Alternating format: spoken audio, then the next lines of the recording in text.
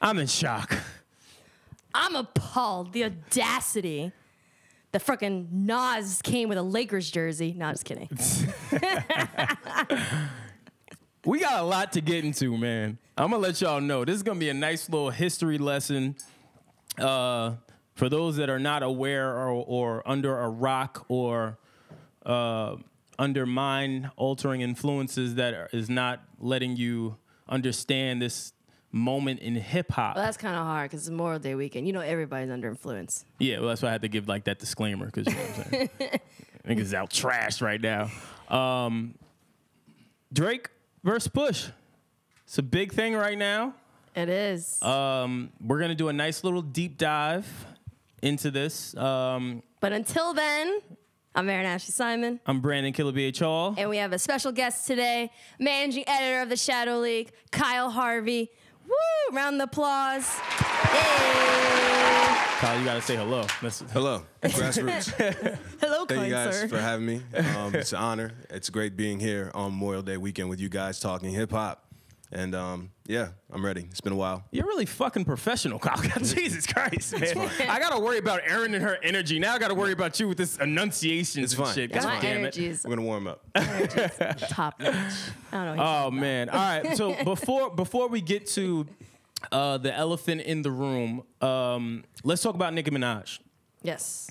So sad to say, Nicki Minaj is pushing back her new album, Queen, release date to August. Yeah. Thoughts on this? I have my theory. Did everyone watch the video of this? Yes. Where she's sitting in what looks to be a hotel room with shades on. Did everyone see this shit? Yeah. Okay. But the album itself, I think I want to put out on August 10th. I want to put out my second single, which I'm really, really excited about. And I want to now start an official countdown. I also want to do like some things where I invite some of my actual fans to the studio and listen to the album and listen to the songs and, you know, hear the second single and, you know, all that stuff. Just make it.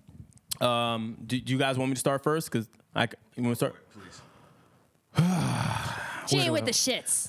Nicki's not with the shits. For the people out there that are unaware, Nicki and Cardi, for those that are not aware how a label works and how artists work with the label, a lot of times in situations, artists don't have control over release dates, over a number of things. If I'm just deep diving into the video of her sitting on that chair, her body language, the deliverance of her talking about, you know, how she's pushing back the album until August, how she is going to start a countdown starting from the day that video was released, and how she's going to go from there and start giving out scholarships again. It leads me to believe, even looking at her face and everything, she didn't want to do that video. She looked very upset. She had shades on. Her face, she wasn't bubbly like she normally is. She didn't seem like this was the master plan of things. She was subdued. It seemed like she was just happy to be there. Yeah. Or not happy to be there. Or not happy to be there. Exactly, She looked very uncomfortable doing this. And with all the things that she spoke about, I don't know that she was happy. Just going off of her shit. So, and I gotta correct myself because I know that Nicki and Cardi, I said that they're under the same label, but they're not. Nicki is under Republic, so and then Cardi is under Atlantic. So my bad about that. Don't roast me, Barbs. I don't want any problems. I don't want any problems. I mean, you're still gonna get it. Yeah, I'm still gonna get it. I mean, the thing with this is like with Nicki Minaj, ever since that one interview where she was kind of like had like tears in her eyes and everything when she's talking about like the whole Cardi B versus Nicki Minaj thing. Yeah. I think that was kind of like I wouldn't even say the decline, but more so the moment where like all this is really getting to her. I think the Republic understood the kind of like the power and the influence that Cardi B has right now. Yeah. And that it's kind of like she's going to have to make moves in in anticipation and also making moves that kind of like waiting for Cardi B to make her move, then she makes her move. If you think about it, Nicki used to always just do her own thing and that's it. But now it's like, dang, now you got someone that quote unquote is competing with you in a sense, and now we're having to move your project. We're having to do certain things because of Cardi or because of anything else. And I think like right now she's not used to that. She's not used to someone stepping in and jumping in the ring with her and actually going like jab for jab and hook for hook. Yeah. And I think that's getting to her a little bit, maybe emotionally and mentally. Definitely. I think looking at it, she's in a very vulnerable state right now. And if I'm looking just into what's happening, I low-key feel like her label is sabotaging her. Like, you have the Chung Lee record, you have the other record that did well or is currently doing well, and I guess well is relative, but those are solid records. Yeah. And she was on board to drop Queen. I'm not rolling with it was her decision to not put this album out. Right. I think for me, versus just anything Cardi in comparison to Nicki, it's always been of the fact of like who's hot, but also who's consistent, who takes advantage of every opportunity when it happens. Definitely. You know, if you want to talk about Cardi's organic come up, that's one thing. But ever since she dropped her album, there's always been some type of touch point or something where she's able to go ahead and not only satisfy her base, but, you know, more importantly, the audience that she's trying to keep. I think with Nicki, anytime we hear her name come up in the news, it's whether in regards to something that may have happened, you know, maybe her last relationship or, you know, who she's currently dating now, you know, and these two bursts of the two songs that she's dropped, while people are happy, I don't know what's next. Now that we're hearing that her shit just got delayed again, I mean, quantity and content go hand in hand. And I feel like some of the things that Nicki's associated with now, whether she was a trailblazer or a leader at the time, has been kind of taking a backseat because, again, Cardi's keeping up with the tempo. And more importantly, even the collaboration she's doing with, she's been a lot more strategic of making sure that she's not insulated for the things that she's trying to get. 100%. But also, do you feel like some of the things that Cardi is doing is that she's able to do, this is no diss to Cardi or anything, but I do feel like some of the things strategically that Cardi's able to do, Nicki may not be able to do based off of colorism. Not anymore. Not anymore. I'm rolling. Well, I'm rolling. but there are certain things like the Google Home. Yeah. That ad. Yeah. That was like a big ad. Cardi did it, but Nicki didn't do it. I feel like there's certain things. I just think that it kind of goes back to what Azealia Banks was saying, even though her whole execution plan was just. But I do believe that there is still some variables of colorism when it comes to marketing and brands being associated and everything. Because if you think about it, like the rap style, the rawness, like Nicki and Cardi B aren't that different. Yeah, they're not that like completely. They're not on like two different spectrums. Right. Go ahead. You got it. All right. Well, for me, I think they are on two different spectrums, and the only reason I say that is because In what aspect, though? Brand. Nicki's brand is Barbie. It's fashion. It's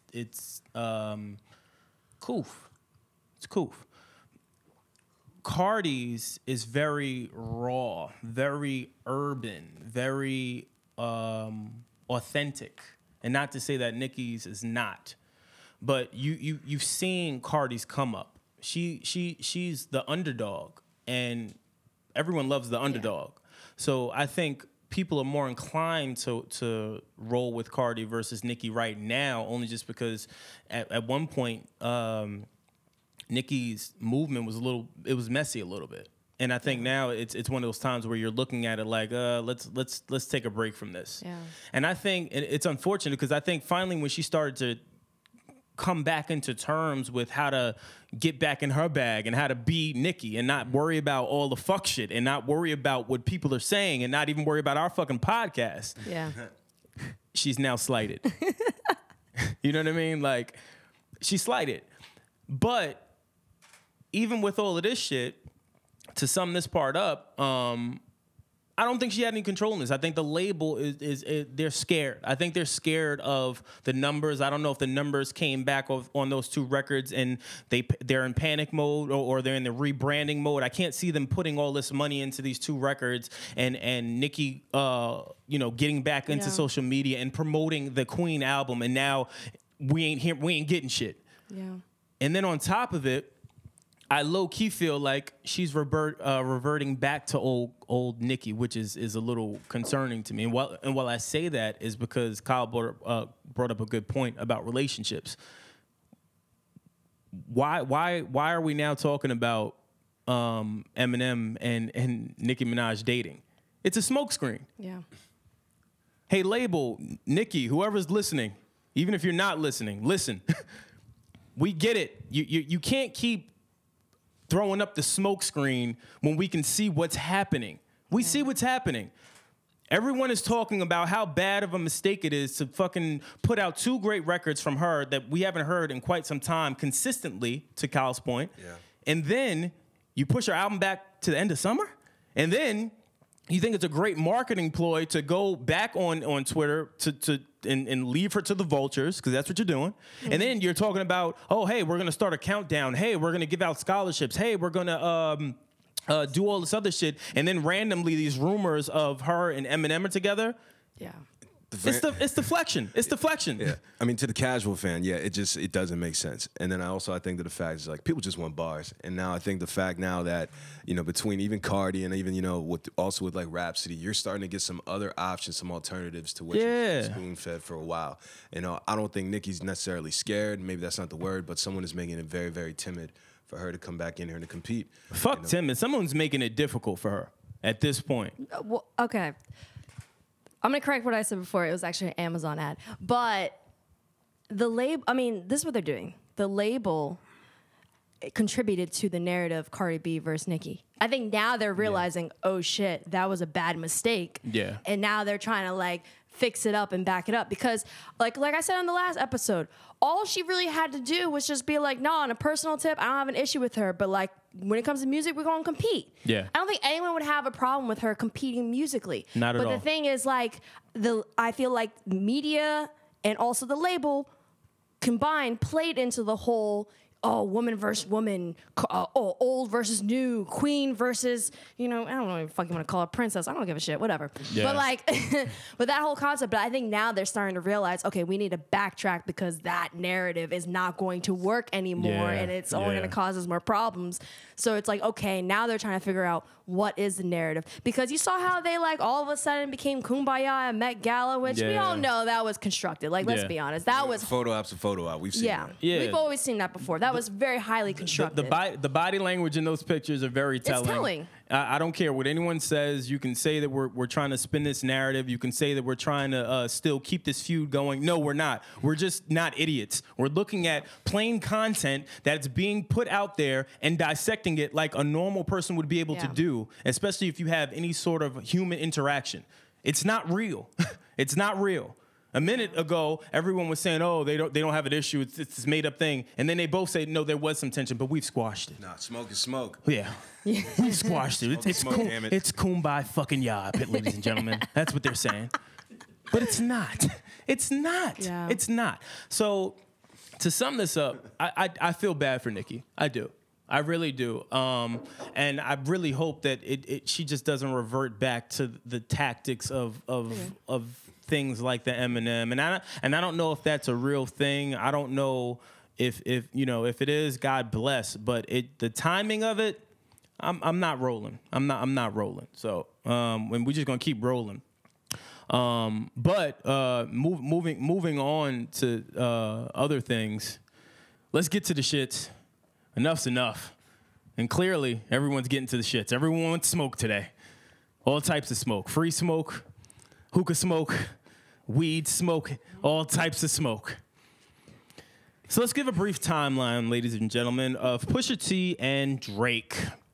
So this is going to be our Cliff Notes version of this. There's still a lot of material that will be missing out, but these are the major key points that have happened from the years of 2001 to present day.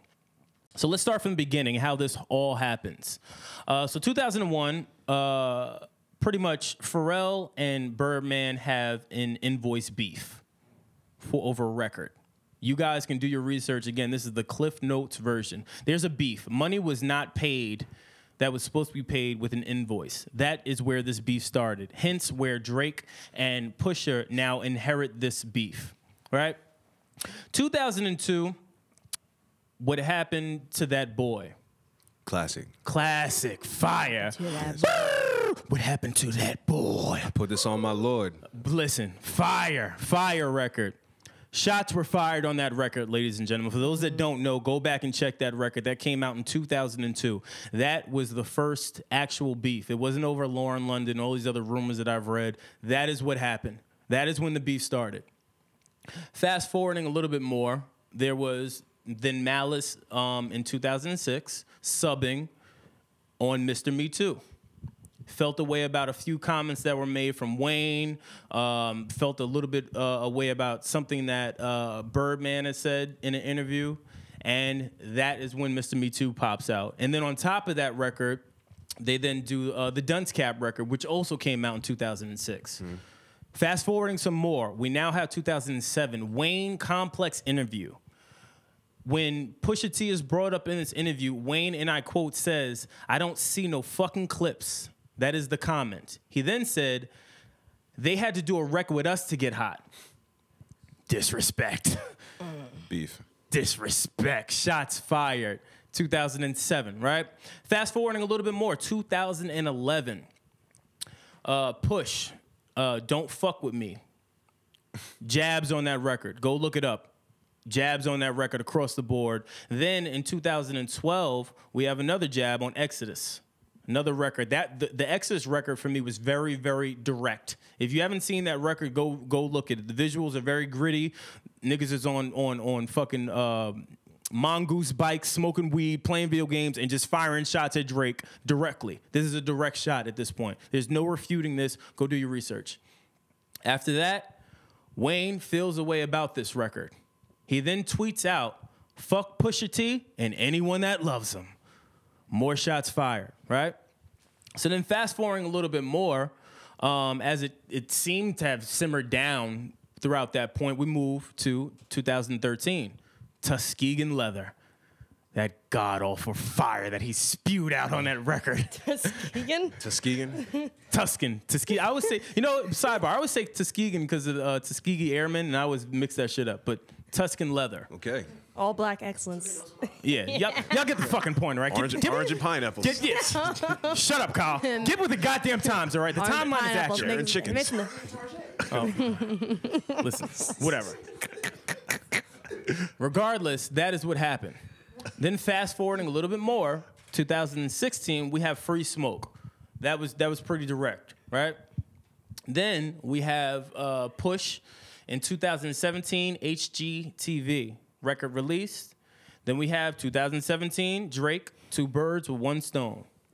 And then here we are, present day. Oh, man. I felt like I just took a ride on the Magic School Bus over here. Yeah. So now...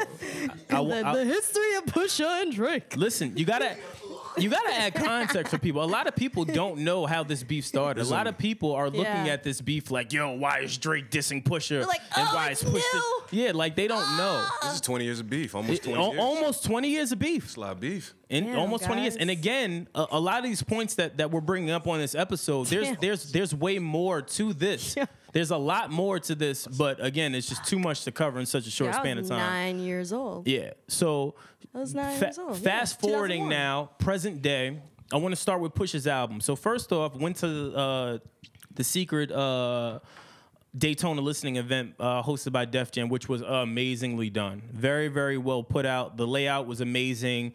The artwork was all over the place. The scenery was set up. You know what I'm saying? We have some clips of it, too. Yeah, so I'm going to paint the scene for you guys.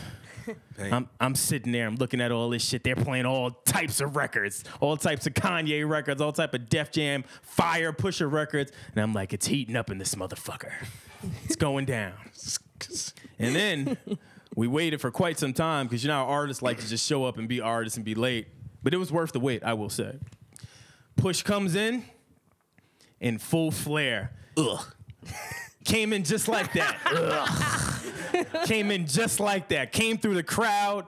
Dap niggas up. Yo, push, I see you. He like, what happened to that boy? So he gets on the stage. He's with he's with Praz. Praz was there. He looked really good. He looked like, he was full of money and a bunch of Yeezy shit he had on. PHARRELL was there. Casanova was there. It was a packed event, nevertheless. And we get into these records. So as I'm listening to these records, and again on first listen, record after record, my favorite record to the present day right now is Santeria. Santeria is just ridiculous. The musical compositions in this record, the change ups, the emotion. For me, I that's my favorite record on here. And then we're narrowing it down at the end of the night. We're narrowing it down, and then Push says, "Yo, only 7 records. Only 7 records. That's it. You know what I'm saying? We just giving you the quality of music. We give you a masterpiece." And then Infrared comes on. So as soon as you hear the record Infrared... Did the mood change? Oh, yeah. The mood changed because in the beginning of it, niggas like, oh, this shit is crazy. And then when that record drops and the sample comes on, niggas just get quiet. And then you start to hear those first coming bars from Push. And niggas is all looking around. I'm looking at a bunch of people like, oh, shit. I'm like, all right. I didn't know that this was still a thing. And then Push goes on to go into the record. And obviously... talk about what needed to be said, and he said he wanted to get some shit off his chest, and he said that, that's it. It is what it is. He then went on to say that moving forward, good music is trying to change how artists put out music today. Hence the 7 record drops that they are going to be doing. All of the records that are going to be coming out on Good Music will be 7 records. What I will say is that just given some insight, that formula or template is not an original thought. I will say that. I won't elaborate on it. You guys will see very soon. That is not an original thought by the Good Music folks. But we'll save that for another episode. Just reference this episode. Fast forwarding, while the internet is buzzing and everyone are pretty much proclaiming King Push, I noticed some things that were very, very alarming to me. Number one, I noticed that both Def Jam and Push, they didn't really promote the album until I want to say maybe Thursday, I think it was Wednesday or Thursday, one of those two. Number two, I noticed that all of Push's interviews, which he did very high-profile interviews. He did Genius. He did 105. He did Hot. He did pretty much everyone. Everyone that's just supposed to hit in the New York market that are big. Yeah. He did everyone. He did everyone. I didn't take that was a pause-worthy thing, but I can understand why. That was definitely. I had to pause him because he's always pausing me for stuff that are suspect. He did He did everyone in New York. But no, he said he did everyone. That's when I said pause. All right, I'll take it on the chin. Pause. All right. So, nevertheless. All right. I noticed that all of these records, all of these interviews, rather, they all dropped on Friday, the same day the album dropped. Which, when you're looking at it, it's like that's supposed to happen, right? But then I thought about it. What is supposed to carry the album promotion? Meaning, all right, you got a week or maybe 3 days. What is supposed to start the next phase of this rollout going into Monday? What is supposed to carry you to continue to promote the album? Now, I see that Push talked a lot about his merchandise. He talked a lot about radio. The radio. He announced King Push radio on Beats One, which is dope. But that's just alarming to me. And then let's keep in mind, Kanye drops this coming Friday. It's just alarming to me, but nevertheless. And then we hear a gasp. We hear a gasp. Audio sigh. Yeah, listen, that sigh was deep. Yeah, let me be clear. if I'm a rapper, if a nigga sighs before he has to send some shots my way, that is disrespect. All right, don't sigh before you're about to diss me, my nigga. Don't sigh and be like, all right, I guess I gotta handle you. That's disrespect. Yo, Drake sighed as if he asked for extra ketchup and he looked in his bag and it was not there. Yeah, man. Drake sighed like he left his phone in the crib. Like, or before he went to go work out, he left his headphones. Yeah, like like he had to go back to the crib to get some. Like, and I got to do this work. When he went to the subway and he forgot his MTA card. Yeah. Now you gotta go and buy another one. It's when bad. you swipe and it says insufficient and you miss your train. And the train is right there. Word. You're just like, or when you go to McDonald's and they forget the other burger and shit, you gotta go back. Or they forget the apple pie and shit, you gotta go back. How you fuck about 2 for 1? The 2 for 1. You fuck that up. So yeah. So then this Drake record drops. Ridiculously crazy record, by the way. And then I look at just how Drake approaches this. So let's give some fun facts. So number one, Drake references Virgil. For those that don't know, Virgil was a famous poet. He wrote 3 famous poems that are world renowned. Hence Drake saying, I don't have any Virgils on my camp that I'm holding back.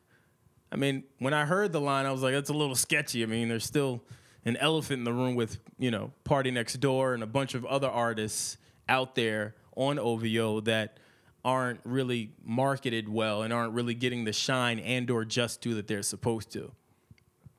But dope line, I get it. It makes sense if you're doing your research.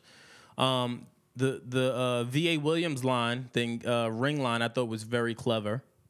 And then he talked about, how he had a signed mic from Pusha, but the signature faded, and that's reminiscent of him saying that he's fading. Question. Do you also think that the Virgil reference is referring to Virgil Abloh? I thought about that too.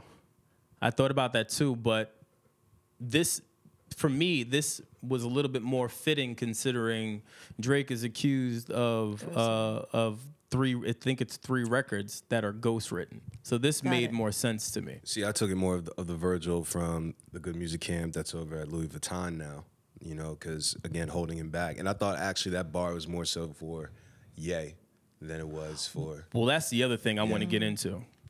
I want to go back to Push. Okay. And the reason why I want to go back to Push is because in the beginning of this, we preferenced how this beef started with PHARRELL and BIRDMAN. A lot of the shots, especially in Infrared, are directed at the hierarchy. BIRDMAN, in the record for Infrared, he's pretty much saying, yo, y'all niggas is holding back Wayne. Y'all killed me when I tried to kill Baby for doing the same thing, but when Ross does it, you praise him. But it's coming from a pure place, so we rock with it. But I'm saying the same thing. You guys are holding back an artist that is multi-platinum selling artist, and he still has to tour because his contracts are fucked up. And then on Drake's record, Drake does the same thing. He says, all right, well, let's talk about your man. I had to stretch my hands, B. I had to write 30 hours. See, that for me was like, I don't know if that was necessarily the kill shot, but that was definitely one of the top 3 ones where it's like, if I'm making that screw face when I heard it, I said, shit, okay. That was, let me go and rewind this real quick. Now, Kanye did, during the making of Pablo, he did credit Drake. He tweeted out and he said, I wanted to thank my brother Drake for help with 30 hours and Father Stretched My Hands. So I don't know why that was that shocking, that knowledge. I don't think a lot of people knew that. The reason why I thought it made sense is because Push in Infrared references how niggas are saying, yo, you don't write your rhymes. So to tie that back into, hey, well, all right, you following a nigga that don't write his rhymes neither. So now what's up? Now what we talking about? And it's like, that was the little bit of right. Yeah. And on top of the 2-hit combo, the fact that he mentioned the fact you're also following a nigga that you're actually older than too. And I'm I was like, ugh. Yeah. It's like, ugh. But wait, isn't it, how much older is he? I mean, it's by a year. I know it's 1 year, but it's still in rapper bars. It's pretty nice. I mean, yes, it's pretty nice. You know what I'm saying? You know, yeah. It's 1 year older. 1 year doesn't make a world of a difference, but Still some pretty heavy bars. I don't know. 1 year, your bank account can go from green to red alert. In Yeah, a that's true. second. That's true. That's true. 1 year can make a difference. I think the whole like for me, just to kind of like observe and just like watch how everything is transpiring, I'm just so intrigued to how Drake is he's calculating everything. And I'm so intrigued about how he's utilizing the internet for the purpose of conveying his message within the beef and everything like that. Like everything from like even him specifically putting it on SoundCloud. Yeah. Like every little detail and then what time, when he does it, when even the OVO radio drop is happening and how that is actually within a similar time span as the Push one. Yeah. And just like, so for me, like, of course the lyrics, like he snapped. Drake snapped. Yeah. But I was more interested in just how the planning and the structuring of everything with this. Like I feel like he was planning this for a while. Like I don't think this was something where Drake just suddenly knew and then he just put that shit out. I feel like this is something that he knew Push was gonna come at him again, and he just kind of set up this rollout plan. Well, this is the it's too thing. calculating. For those that don't know how industry rap beefs normally go, at least from my experience, a lot of times when, you know, the industry is very small and people know people. And a lot of times when someone makes a record, they're going to play it for a group of people. They want to hear feedback or they want to just let niggas know what's happening. But a lot of times that does get back to the artist that is intended to do bodily harm to. I'm almost certain that Drake, being very strategic and very smart, he knew that that record was coming. Oh yeah, Do I think that he heard the record? No. Do I think that this is one big master plan between Kanye and Drake to self-promote all of these albums that are coming out, between Kanye dropping this coming Friday, Drake dropping this Friday, Push just dropped this past Friday? Do I think that they are all in cahoots trying to all uplift each other? No, I do not. But what I will say is Drake is smart because he is capitalizing on it by putting that record out. Because I had it, once I heard the Infrared record and then I saw that the Beats One shit was coming out this past Saturday, I said, oh, Drake is dropping the record, 100%. But then he drops a record before it. So I'm like, oh, he's in attack mode. My thing was this a smart move from Good Music and Push? Like, you know how strategic Drake can be. And I say this because, and this is really a question for you, Kyle, because you're a Pusha T fan, and I'm a Pusha T fan, but I'm passing the ball to you. Right. Push is clearly passionate in his pen. Like, if you guys saw the 105, the Power 105 interview, the segment where they talk about the Infrared record, and, you know, Charlamagne asked him, like, yo, so if Drake, you know, sends shots, are you ready for that smoke? And Push looks at him like with arrogance, like, how dare you ask me that, peasant? How dare you? Right. And he was saying, well, nigga, listen, I'm solidified. Like, you ain't ever got to mention me. Don't mention me with him. He was like, all them other niggas, they right. I draw, I paint, which I thought was a hard just bar without even rapping. Like, right. Like, even just him saying that, like, I'm never going to lie. Like, I think Pusha T, to his credit, still is disgustingly great with the pen. 100%. Right? I still think no matter when you got into the clips, whether you got into them, you know, post, because here's my thing, right, with Pusha, right? And maybe you could speak to this with me, right? Because you know him from grinding, you know, we're relatively the same age, but it's weird when Pusha T is painted in the mainstream sometimes, when some people are still acting like, or the way they sometimes, whether they know it or not, devalue when they say, like, it's coke rap. You know what I mean? Like, for me, at the end of the day, I think Pusha T is an MC's MC. You know, if you take away the drug references and whatnot, the way he puts things together, the double entendres and the things he references, he is a student to the game. And I think this is the tell for Drake. I think people tend to discredit that Drake has been combative for a long time. He's been sparring, and also someone who comes from more of the ilk of a spitter like Meek. We saw what happened when Drake went with Meek. I think people don't give Drake enough credit for literally taking the tactics that people think he doesn't do and doubles down on that shit. Definitely. Meek Mill's had a great Opening bar, great response. Fuck that. I got 2 records. Then on top of that, not only do I have the great song, but then I have a great rollout that makes for social media. Yeah. I thought when he sent that invoice to Pusha to go ahead and put the cherry on top, now you're making sure that not only am I referencing what you're saying, but I'm making sure I'm putting that stamp on it that shows that not only am I in here, but I know my audience and what they're going to do. They're going to make this shit viral.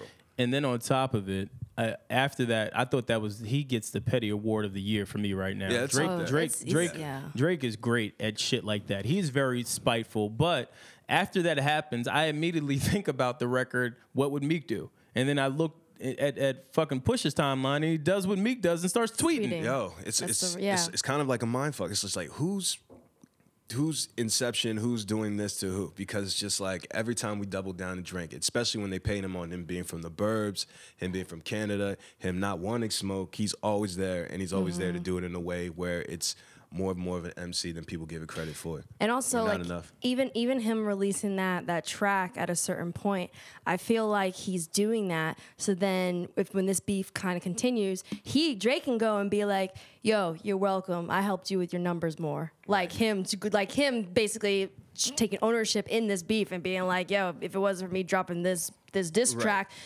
you may not have gotten the numbers that you're probably getting now." Well, like, that's what the invoice is for. He said, "I'm gonna send an invoice for the 20 I just." So he's not talking about the 20 units.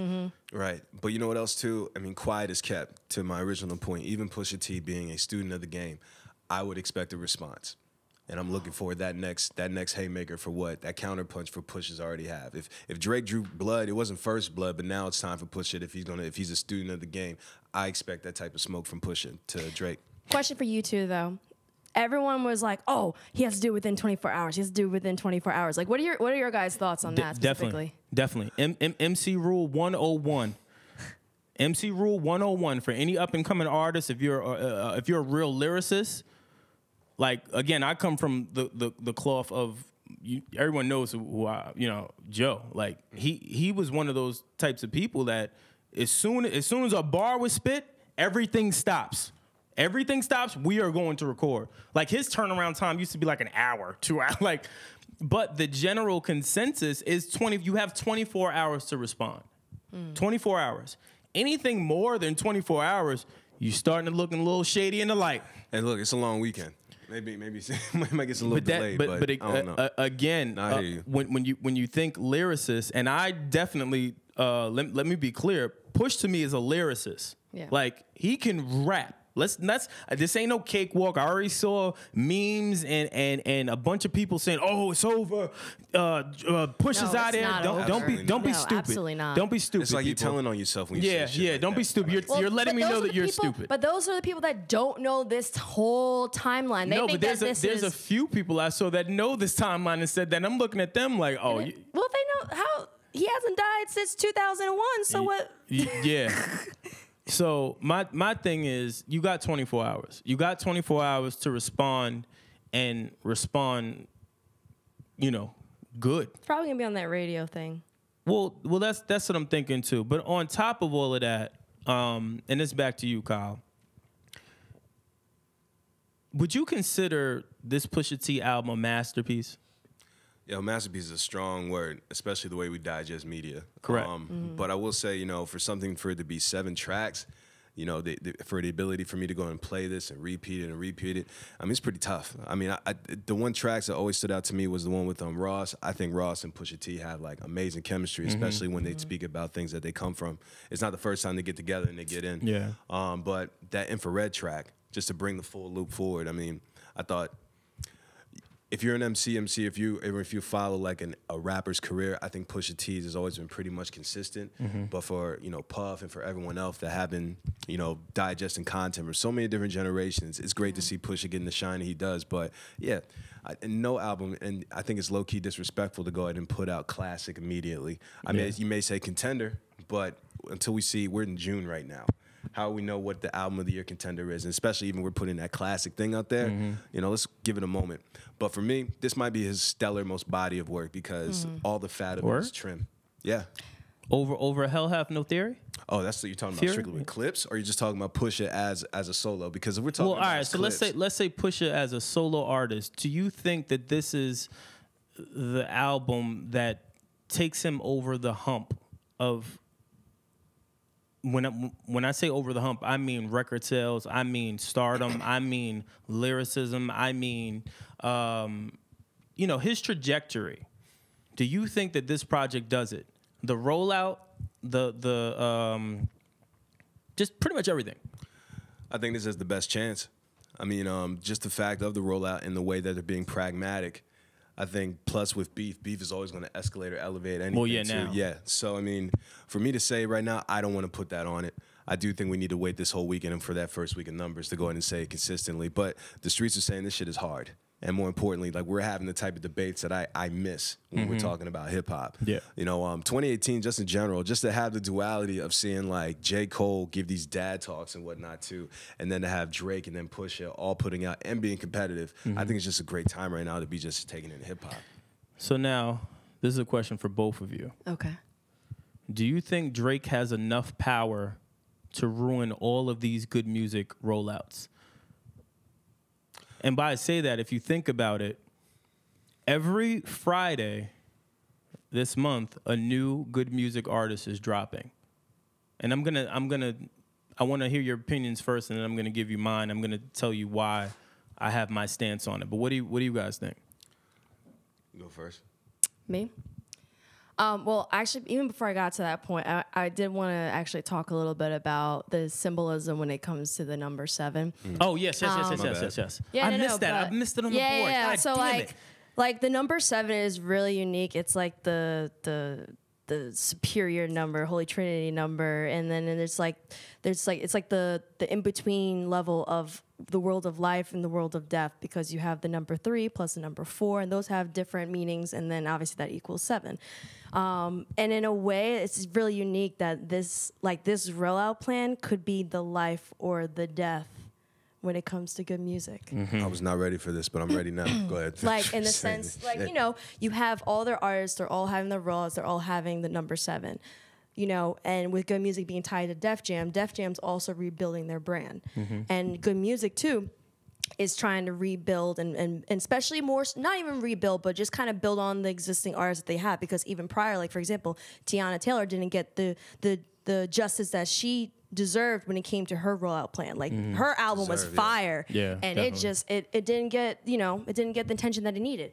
So I feel like this is kind of the period of time where it's like, all right, like all good music really has to show out and really has to show what they have to do, because this is basically life or death when it comes to the influence, the music quality and the standard that they're going to be putting forward with not only their current existing roster, but the upcoming one. So I think this is literally like a life or death situation musically and business wise when it comes to their whole existing rollout plan. Right. I think Drake. I think anytime it's the summertime, and we're talking Drake, he always has an opportunity to take over. Is he strong enough to go against who we got right now? We got Tiana Taylor. So we have it's Ye, it's Ye, then Ye and Cudi, then Tiana, right? then Tiana Taylor. Yeah, and then Nas. And then Nas, but I'm not really putting Nas with good music. Oh no! I'm just saying in terms of the rollout. Oh, the rollout, yeah. Man, listen, I think we're going to be really surprised to see what these Kanye numbers are going to look like post his baptization and being, Team Trump. I'm curious to see what those album sales look like, and more importantly, I'm curious to see how does the casual fan justify, or if they're comfortable enough doubling down on Kanye post him just being, between Pusha T and also showing the fact that he's the architect for everything that's going to be on good music. Because now, are we associating Kanye with just himself and his brand? Because Kanye was the one who bought that Wendy Houston photo that was a little bit of controversy for Pusha T shit, no matter how you feel about it or not. But he's going to be tied to all these artists too. So do I feel like Drake is able to go ahead and compete with the whole good music brand? Absolutely. That's me personally, but I also be looking out to see what would happen versus him and Nas, because Nas has dropped something in what, about 5-6 years? Yeah, about 5 years. Dead ass summertime is like it's gonna be fun though. Drake's Super Saiyan time. It's his fucking like playground, that is man. like it's basically like him leveling up. It's like, oh, this is what I live for. It's out here. Yeah. It's bottle service, hookah. All right, so let me tell y'all something. This is what I Drake think. Thanos. This is Thanos for Drake. Yeah, He's happy right now. this is what I think. Thanos. I think how can I'm just gonna say it. Fuck this shit. I think that good music fucked up. I think they fucked up. I think when you put an artist out and you promote records and you promote a body of work that is supposed to be it's titled and named a masterpiece, it takes a little bit more to get it to be a masterpiece when you think about new age media and content today, right? I also think they fuck up because you're dropping records in waves, and by records I mean albums. You're dropping an album every Friday, so every Friday there's going to be a wave. You're undercutting each other. You're not letting the body of work live. So I don't think this is gonna work. I will say again, I prefaced this early. I know that this was not an original thought, and I know that there are a few other people that are maybe attempting to do this. I will say that, and I'll leave it at that. But I think this will be very telling now because Drake again is a very, very powerful artist. He's not one of those artists that lets up. We've already seen him. He's battle tested.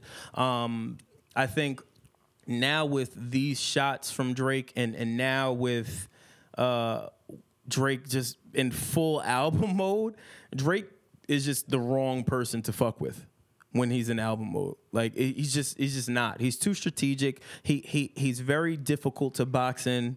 And he knows how to pick his battles. He knows when to pick these battles. I mean, he's picking, if you look at it, he's picking some of the dudes out there that have like no really extensive knowledge of social media and the internet. And that's the other thing. Do we think Push is battle tested like this? Like, is Push battled? Like, really think about what goes into a Drake beef, all that goes into it. You know, have Drake, he was at fucking All-Star Weekend throwing shots at Kevin Hart about me. He was at a baseball game, just a regular softball game that he threw with charged up T-shirts on. Like, I mean, yeah, that's one part marketing, but it's like I'm not gonna go ahead and take away from Pusha. Maybe he's been itching for this and he has his shit in the chamber. You know what I mean? True. But the one thing I will say to your original point, it may be kind of like the way the rollout was. Like, all right, we got Black Panther. This shit drops in February. But maybe we didn't understand what happens when basically every collective part of the black diaspora goes ahead and supports this damn movie. That definitely probably cut into Marvel's Avengers sales. It may, aside from the original, the boosting for it, how quick did Black Panther play from February all the way up until April, and then they dropped the damn DVD. Yeah. You know what I mean? I don't anticipate right now that maybe Pusha T's album is going to have the exact same effect of overtaking Kanye, then whoever comes out next. Maybe. So you think they're piggybacking? I think to your original point of saying you're not giving it enough time to breathe. Yeah. You know what I mean? So compared to, let's say, Drake might take them all out, and people are going to definitely have. Drake has like 15. Don't take Tiana. Leave her alone. Yeah. Leave Tiana alone. Like, don't let Drake have 15 caliber records of Duppy or a Better or Nice for What. Yeah. They're going to run some problems over there. Good music. But you also know what? I feel like, especially with the recent Kanye rants, I just think that Drake's on the, like, you know what? Fuck it. He's out here in cahoots with this person, that person being pro-Trump. Fuck that nigga. Like, let me go and get him. Right. Yeah, Like, he could be on that tip because of Kanye. And he could be looking at this as like, oh, this is a vulnerable, like, not vulnerable in the sense of like Kanye mentally emotional, but like vulnerability within like the business structure, within like the whole, like the image of Kanye and everything. Do you remember when LeBron lost to Golden State, or matter of fact, when LeBron was always like bulkier and then he adopted a new diet so he can maintain himself to be leaner going forward? I think Drake is always someone who's found the ability to adapt, and he's making sure that I'm prolonging. This is a long game. Yeah, he got that beard. Right. So Kanye, and aside from the thing, he got the playoff beard. He got the playoff He beard. got that beard. Right. So the Kanye, playoff beard. Playoff beard. So Kanye's going through the shit we're seeing it unravel in the public. Plus the fact that we got Pusha T. I just feel right now Drake is operating on his grind. He's on that playoff level right now. Like, it's time to go in and compete. Who's gonna match that right now? We'll see. Yeah, I mean, Kanye has a little bit of weakness now, especially when it comes to like if you look at it, all those recent rants, that TMZ thing, the I love Trump shit. Like, his hardcore fans, some of them moved away from Kanye. Yeah, the ones that would have been the Twitter warriors being like, no, Kanye's great, da da da. Like, some of them backed up. Yeah, and that's like, damn, like that's now a period of time where Drake's like, he knows he could possibly win on the internet. Like, I would say Kanye was one of the people that, before all that stuff happened, Drake would have had his Twitter warriors would have had a hard time going at Kanye's Twitter warriors. I think now there's a break in the shield. There's a break in that wall. Wakanda is a little bit in trouble. Yeah. And he's like, oh, this is the perfect time to just go in and just hit him hard. See, it's going to be a good summer. What I will say, just to sum this up, I think that Push is definitely a formidable opponent. Like, if for anybody that's listening or just watching, if you're counting Push out, you're stupid. And that's just me being honest. Push's pen is there. Nice. It's there. Let's be clear. If you don't know, go do your research. And I'm not breaking all that hasn't left shit ever since he's been in an executive position. Let's make that clear. It's his pen is there. But the only thing, again, I worry about with Push is all the other aspects of music and battling today. If I could give him any advice, my advice would be stay off Twitter and Instagram unless you have some funny shit to combat. I would say the moment a record is released, that has already happened, you better adhere to the 24-hour rule or less. Yeah. And then I would also say just be ready for all types of antics at this point. What would be in like a Drake battle rap pack? You know how you have like you have the Hurricane safety pack, you have the Armageddon pack. Like, what would be in a Drake battle rap pack? Battle rap pack. I got memes. I have fucking funny videos. I have television appearances. I got screens. And that damn owl. All branded with the owl. Yeah, all branded with the owl. I would have that piece of paper that has that super long password, so you don't got them Twitter fingers. Like, you have some crazy ass password and you have it on that piece of paper, so then you have to literally go and do like X capital T 2 4 dash circles just to even tweet back. Because someone be responding. You should not be responding back via Twitter with Drake unless you are prepared. Yeah, especially again in new age media that. People don't respond well, especially when you're a lyricist and you're a rapper. People don't respond well when it comes to that. Like, they just expect bars. A lot of the Pusha T fans I know, and including myself, I'm expecting bars. I don't want to see a tweet. I was disappointed about the tweet. I was like, all right. Even though I got the tweet, I looked at that like... It was a hat tip. Like, yeah, I see you. I see you. I see the record. I saw it. All right. And I'm and I'm gonna retweet myself. I get it. I don't think that was a. He made sure that was at the top of the timeline. Yeah. He wanted people to know that he acknowledged it. I like that. But at this point, I don't want to hear anything else from Pusha T unless it's a record. Yeah. Unless it is a record, don't do anything else. It's not going to end well the way consumers and rap enthusiasts consume music these days and everything else that comes along with it. So. To your point, it's going to be a fucking interesting summer. It's going to be a great summer. You know what I mean? I'm excited excited to that for anything else. Because, I mean, coming up where you missed the one was like State Prov versus the Locks. Yeah, where it's just like we get to that point where people are just throwing out tracks for tracks for tracks. I miss that shit because, you know. Beanie Siegel and Jada Kiss. Yeah. Like when you're able to go ahead and reference that immediately, and I'm not saying that's in the same type of caliber, but it seems like every time we have these conversations, we're not getting the type of beef. We get it like every 2 or 3 years. Yeah. Especially with, you know, we're so reactionary now on like social media. We don't really get a chance to appreciate it because if you strip this away, you strip the podcast away. At the end of the day, we're just discussing bars and just like the art form. And I think, you know, more opportunities for that is important. But shout out to them artists that are dropping their projects during this time. You got ASAP. Oh, man, A$AP Rocky. How do we forget about ASAP? You also have Poor Black A$AP. Thought and Ninth Wonder. Yo, shout out to them, man. They still trekking, pushing through. Yeah, but damn, what bad timing. It's like when we dropped our fucking 420 episode and then Cole wanted to announce his fucking amazing album. It's such bad timing. And not to they can't help it. They don't know. You know what I'm saying? But they got to be sitting back like, fuck, why did you do this? Like, no one is talking about any of these albums that are out right now. Well, I would say when it comes to like Ninth and Black Thought. We just got a release date for that, right? Yeah, we just got the release date for that. I think with them, it's like when you're kind of like up there as like one of the most excellent rappers, producers, Legends. It's like for this kind of stuff, it doesn't really affect you as much because you already have your core solid fan that's going to get you that numbers. Yeah. It's like the people like I feel horrible for Rocky. Like horrible. Yeah. Like cuz he dropped some stuff like some like videos announcing something with his project or anything like that. And then this shit happened, and then it's just like it went ghost. And that's like the no funny one is. thing. No, I mean, but it's just like remember when and it's a weird comparison, but when a Big Sean did Control, and, you know, it's not like even though he allowed it to happen on his track, as soon as that happened, beef sometimes overtakes it because again, you need that injection of competition. Once you start removing that shit from hip hop, high level competition. Like I'm not talking about rappers where I know more about their memes than I do more about their hits. Yeah. You know, that's always going to overtake the conversation because it's important. I also think too, just to circle back to the Push and Kanye and Drake shit, I think that obviously they were definitely looking Push and company. I don't know. Well, I got to be Push and good music.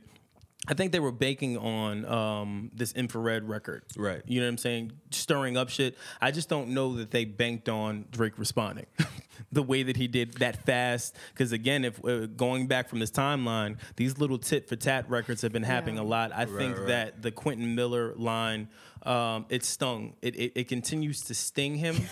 And I think that Poor that's Quentin. Yeah, and then Quentin was like, He's like, I didn't work at Kroger. I work at Publix. yeah, Right. word. It definitely stung. And then Quentin. of course Complex would put out that thing and put up the wrong fucking Quentin Miller picture. They put up some guy Schoolboy from Q. Schoolboy Q. Like, That was bad. yeah, man, it's so bad. Listen, I was like, when has ever Schoolboy Q been involved? Yeah, Like, what's... I don't know. Complex man. wilding, man. Complex is wilding, but I just Were don't they know. trolling, though? No, I don't think they was trolling because they took it down after. They knew they fucked up. They hit that panic button like, yo, fam, take that shit down. And then they put up the right picture. Man, but by that son. time, I had already screenshotted it. So it was You over. can't, listen, you can't just, you put something up for a second, even if you delete it. It's already a screenshot. Yeah, you can't, you know? Yeah, so it was ball game. I'm It's ball surprised game. no one, like, double-checked that. That's what I don't know. It's complex. I don't know, man. What do you want me to do? I don't know. It's crazy. Everyday struggle. Everyday struggle. So, but yeah. So, I mean, to the listeners, viewers out there, let us know your thoughts. Again, this is a brief timeline. I'm sure we've missed a lot of things, and that was purposely done for time purposes. But let us know your thoughts. What is your take on the Drake and Push beef? What do you think about good music releases and/or these rollout plans? Do you think other labels will be following suit after this? Also, what do you think about the Pusha T album? Are we deeming this a classic, or are we deeming this a good body of work, or what are we deeming this? Let us know your thoughts on it. A project. Yeah. And then also hit us up, Grassroots Podcast, and Grassroots Pod, I should say, on Instagram, Twitter, Facebook, YouTube, and on the link on this chat for YouTube, rather, we're going to put the link for the chat that we always have. We're going to actually discuss this episode like we do every other day with our fam base, and not fan base, fam base. These are our family. We look at these people like family, so our fan base. And that's going to be a link in the description on YouTube, so check that out as well. I just want to point out that I bodied this ending with all of these plugs. I did very well. I spoke very articulately. What? I did? Kyle Harvey. Oh, fuck, I did. No, it's fine. It's okay. It's okay. But you bodied our part. You definitely did. No, that was smooth. That's why I was like, smooth. damn. And And no, it's all you gotta good. do the head bob. Yeah, I that gotta you're do so the good head at. bob. Also, make sure you check out Shadow League. Again, we're going to be doing a lot of great work with them. We have some interesting concepts and things coming up. We're not going to reveal it now, but we have some things in the works. Some tings. Yeah, some tings. That's what they say, I some heard. tings. I won't Some say big tings. tings. Yeah, I can't say tings. I only got can't. 3. I'm good. Yeah, I can't say tings. Delete this. Yeah. Or edit. But now we have some things we're working on. So, Kyle, thank you for coming on. Thank you. Sharing your insight. Oh, where can we follow Kyle at? Oh, follow me on Twitter, Instagram at Harvey Wins, which is my last name plus a verb. Yeah, do that and check out the Shadow League. So proper. Yeah. I love My last name plus a verb. Press the verb. Name and plus a verb. Can I just really before we end? Can we talk about how softly Drake spoke at the end of that record? He's like, man, I don't know. Like, don't diss me that hard and then speak so softly at the end. Just don't do it. There's so many things wrong with this. All right, I gotta go, man. Oh yeah, and check out the Shadow League and the podcast Points on the Board. We do weekly commentary on sports, culture, and everything that's important. And yeah, more conversations with grassroots. Definitely. Yeah. And with that, I'm Brandon Killabh. I'm Erin Ashley Simon. And we out.